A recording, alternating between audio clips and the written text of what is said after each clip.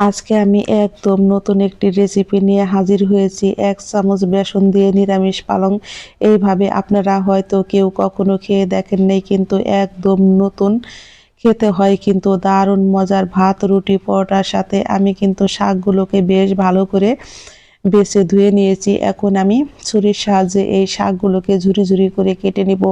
আপনারা চাইলে দা বটি দিয়েও এই শাকগুলোকে একদম ঝুরি ঝুরি করে কেটে নিতে পারেন, তাতে কোনো অসুবিধা নেই।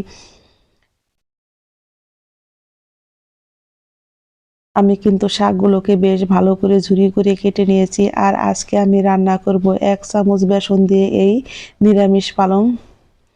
এটা দেখতে যতটা সুন্দর, খেতে হয় কিন্তু দারুণ মজা। এইরকম একটা নিরামিষ তরকারি হলেই কিন্তু ভাত রুটি খাওয়া হয়ে যায়, এতটাই মজার হয়। চলে যাব প্রস্তুত প্রণালীতে। আমি একটা কড়াই বসিয়ে দিয়েছি চুলায়। আর এর মধ্যে দিয়ে দেব আমি 1/2 চামচ পরিমাণে গোটা ধনিয়া, অল্প পরিমাণে একটু মৌরি। এখন দিয়ে দিব আমি 2টা শুকনো লঙ্কা। চুলার আঁচটাকে মিডিয়াম টু লোতে রেখে আমি এগুলোকে কিন্তু বেশ ভালো করে ভেজে বেটে নেব। আমি কড়াইতে দিয়েছি আবারও খুবই অল্প পরিমাণে একটু সরিষার তেল। আমি এখানে দিয়েছি একটা শুকনো লঙ্কাকে ছোট ছোট টুকরো করে, আর দিয়ে দিব আমি 1/2 চামচ পরিমাণে কালো জিরে। ফোড়নটা কিন্তু একদম রেডি হয়ে গেছে। এখন আমি এর মধ্যে দিয়ে দেব 1 চামচ পরিমাণে বেসন। বেসনটা দিয়ে কিন্তু আমি চুলার আঁচটাকে বন্ধ করে দিব, কারণ বেসনগুলো যাতে নাকি পুড়ে না যায় সেই দিকেও কিন্তু একটু খেয়াল করতে হবে। আমি একটা মশলা তৈরি করে নিয়েছি, আর এই মশলাগুলো দিয়েই কিন্তু আজকে আমি এই রান্নাটা করব। অবশ্যই এই নিরামিষ রান্না করতে গেলে এই মশলাটা ব্যবহার করবেন, তাহলে দেখবেন নিরামিষ তরকারি খেতে হয় কিন্তু দারুণ মজার। এখানে আমি 3টা কাঁচা লঙ্কা, 1 ইঞ্চি পরিমাণে আদা, এগুলো কিন্তু আমি শিলপাটায় মশলার সাথে বেশ ভালো করে মিহি করে বেটে নিয়েছি। এখন আমি দিয়ে দিব ভেজে রাখা বেসনের মধ্যে। বেসনের মধ্যে দিয়ে কিন্তু চুলার আঁচটাকে একটু লোতে রেখে আমি এইভাবে 2 থেকে 3 সেকেন্ড ভেজে নিব। বেসন দিয়ে আমার মশলাটা খুব ভালো করে ভাজা হয়ে গেছে। এখন আমি এর মধ্যে দিয়ে দিব ঝুরি করে রাখা শাকগুলো।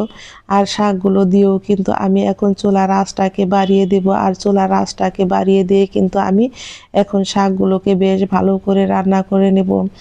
আর দেখতেই থাকুন বন্ধুরা, আমি এই নিরামিষ শাকে কখন কি ব্যবহার করি। ভিডিওটা স্কিপ না করে পুরো ভিডিওটা দেখতে থাকুন। আমি শাকগুলোকে একটু নেড়ে এর মধ্যে দিয়েছি 1/2 চামচেরও কম লবণ। আমি দিয়ে দিব খুবই অল্প পরিমাণে একটু হলুদের গুঁড়া।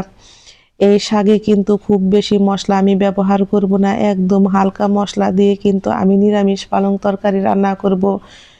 হ্যালো বন্ধুরা, সুলতা কুকিং রেসিপির পক্ষ থেকে সকলকে জানাই স্বাগত। একটু হলেও যদি আমার রান্নার রেসিপি ভালো লেগে থাকে, অবশ্যই একটা লাইক করবেন, কমেন্ট করবেন, এবং যারা আমার নতুন বন্ধু আছেন তারা আমাকে একটা সাবস্ক্রাইব করতে ভুলবেন না। আমি কিন্তু এইভাবে ঢাকনা দিয়ে ঢেকে শাকটাকে আবারও 4 থেকে 5 মিনিট রান্না করে নিব। একবার হলো আপনারা বেসন দিয়ে নিরামিষ পালং খেয়ে দেখবেন, খেতে হয় কিন্তু দারুণ মজার। আর একদিন তৈরি করে খেলে আপনারা বারবার খেতে চাইবেন, এতটাই পরিমাণে মজার হয়। আমি কিন্তু ঢাকনাটা দিয়ে কিন্তু শাকটাকে এইভাবে একটু আমি সিদ্ধ করে নেব, কারণ এইভাবে শাকটা সিদ্ধ করলে শাক থেকে কিন্তু জল বের হবে, আর সেই জল দিয়ে কিন্তু শাকটাকে আমি বেশ ভালো করে সিদ্ধ করে নিয়েছি। আর এইভাবে অনবরত নেড়ে চেড়ে আমি শাকটাকে একটু ভালো করে ভেজে নিব। শাকটা যত ভালো করে ভাজা হবে, নিরামিষ পালং খেতে কিন্তু ততটাই মজার হবে।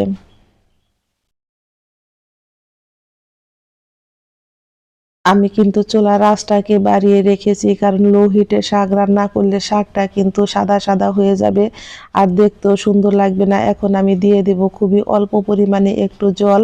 জলটা দিয়ে আমি এখন কিন্তু শাকটা রান্না করে নেব।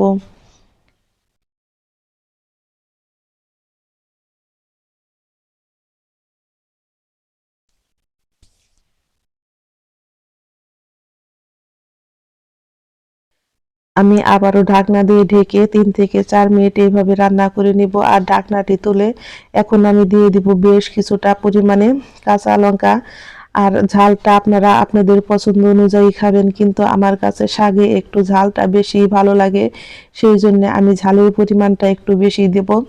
আর এর মধ্যে দিয়েছি আমি 1 মুঠো পরিমাণে ধনিয়া পাতা কুচি। আমি আবারও সমস্ত উপকরণ দিয়ে কিন্তু শাকটাকে একটু বেশ ভালো করে নেড়ে দেব।